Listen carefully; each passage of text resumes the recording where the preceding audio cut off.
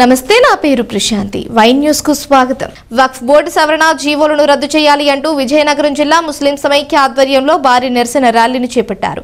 ఆబాద్ వీధి నుండి కలెక్టరేట్ వరకు ర్యాలీ కొనసాగింది. ఈ నిరసన ర్యాలీకి కాంగ్రెస్, సిపిఐ, సిపిఎం పార్టీల మద్దతు తెలిపారు.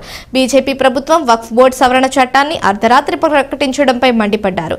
విద్వేషాలు రెచ్చగొట్టే విధంగా మోడీ ప్రభుత్వ పాలన కొనసాగుతోందని అన్నారు. 1995 నాటి ప్రభుత్వాలు అమలు చేసిన వక్ఫ్ చట్టాలను యథావిధిగా కొనసాగించాలని, 2025 నేటి చట్టాలను రద్దు చేయాలని ముస్లిం నాయకులు డిమాండ్ చేశారు.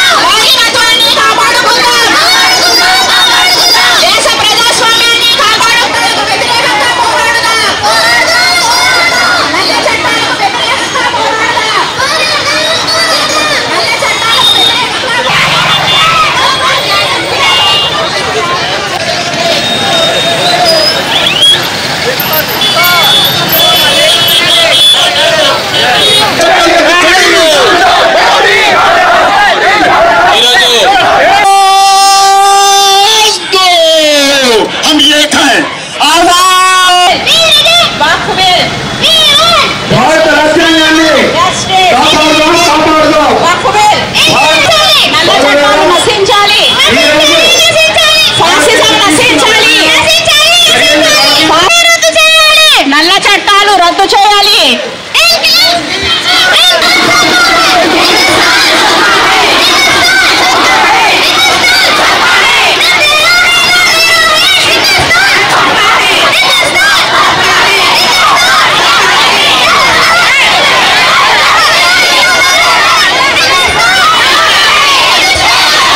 కాంగ్రెస్ పార్టీ వారు, కమ్యూనిస్టులు మరియు మైనారిటీలు, రిజిస్ట్రేషన్లు, దళిత సంఘాలు మరి ఇతర సంఘాలు కూడా ఇందులో పాల్గొని మాకు మద్దతు ఇవ్వడం జరిగింది. వారందరికీ మేము కృతజ్ఞతలు తెలియజేస్తున్నాము. అలాగే రాష్ట్ర ప్రభుత్వం కూడా ఈ ముందుగా చంద్రబాబు నాయుడు గారు చెప్పారు, ముస్లింస్ మేము మద్దతు ఇస్తాము, ఈ వక్ఫ్ యాక్ట్ మేము సపోర్ట్ చేయమని చెప్పారు. కానీ దానికి వ్యతిరేకంగా ఈరోజు కేంద్ర గవర్నమెంట్కి సపోర్ట్ చేస్తూ ఈ వక్ఫ్ యాక్ట్కు మద్దతు ఇవ్వడం జరిగింది. దీనివల్ల యావత్ ముస్లిం కమ్యూనిటీ చాలా పెద్ద ఎత్తున నష్టపోవడం జరుగుతుంది. ఎందుకంటే ఇందులో ముందు నుంచి కూడా మన భారతదేశం హిందూ ముస్లింల సమైక్యతకు నిదర్శనంగా ఉన్నది. హిందూ ఎండోమెంట్ బోర్డు, వక్ఫ్ బోర్డు అనేది సపరేట్గా ఉన్నది. మరి హిందూ ఎండోమెంట్ బోర్డులో ముస్లిం సభ్యులు లేనప్పుడు ముస్లిం వక్ఫ్ బోర్డులో హిందూ సభ్యులు ఎందుకు చేర్చారన్నది అందరికీ తెలుసు.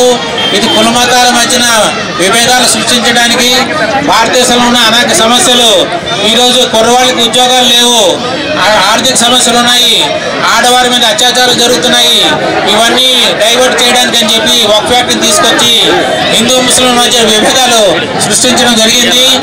అయితే మేము కోరుకున్నది ఒకటే, ఎలాగైతే ఇతర రాష్ట్రాలు తమిళనాడు, కర్ణాటక, పశ్చిమ బెంగాల్ మరి ఇతర రాష్ట్రాలు ఈ వక్ఫ్ యాక్ట్ మేము అమలు చేయము, ముస్లింలకు ఎటువంటి నష్టం కలిగేమని చెప్పారో, ఈ ఆంధ్రప్రదేశ్ గవర్నమెంట్ కూడా ఈ వక్ఫ్ యాక్ట్ని అమలు చేయమని చెప్పేసి హామీ ఇచ్చి ముస్లింలను ఆదుకోవాలి, మరియు ఈ ముస్లింలకు ఆందోళనలను విరమింపు చేయాలని మేము కోరుకుంటున్నాము.